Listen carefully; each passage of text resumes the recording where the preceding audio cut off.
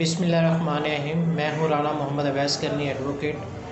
आज आपके लिए लेके आया हूँ टॉपिक बर्थ सर्टिफिकेट बनाने का तरीका कि जो बच्चे की पैदाइश होती है उसके बाद बर्थ सर्टिफिकेट किस तरह बनाया जाता है, उसके लिए क्या रिक्वायरमेंट है। ये स्पेशली उन वालिदैन के लिए है जो अपने बच्चों की पैदाइश का इंदराज नहीं कराते मुतल्लिका यूनियन कौंसिल में।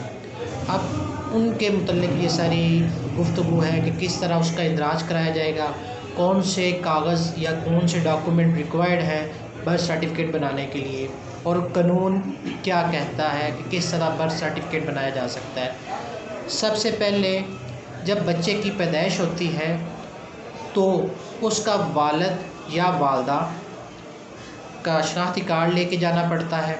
वो लेके जाएंगे, आपको फॉर्म मिलेगा, फॉर्म फिल करके आपने वहाँ पे जमा कराना है और उसकी जो सरकारी फ़ीस होती है वो आपने जमा करवानी है। जमा करवाने के बाद 7 दिन के अंदर अंदर आपको बर्थ सर्टिफिकेट मिल जाता है। नॉर्मल इंदराज के लिए आपको 60 दिन के अंदर अपना बच्चों का इंदराज करवाना होता है। अगर आप 60 दिन के अंदर इंदराज नहीं करवाते तो उसके लिए क्या तरीक़ाकार है। अगर आप 60 दिन के अंदर बर्थ सर्टिफिकेट या बच्चे की पैदाइश का इंदराज नहीं करवाते तो उसके लिए आपको 2 शनाख्ती कार्ड लेके जाने पड़ते हैं। ये इसका दुरानिया होता है 60 माह से 7 साल के अंदर अंदर। अगर आप बच्चे की पैदाइश का इंदराज नहीं करवाते तो लेट इंदराज के लिए आपको 2 गवाहों की ज़रूरत पड़ती है। तरीक़ाकार वही है। हाँ, अगर इन केस बच्चों के वालिदैन नहीं हैं तो कोई भी सरप्रस्त जाके बनवा सकता है। उसके बाद जो अगर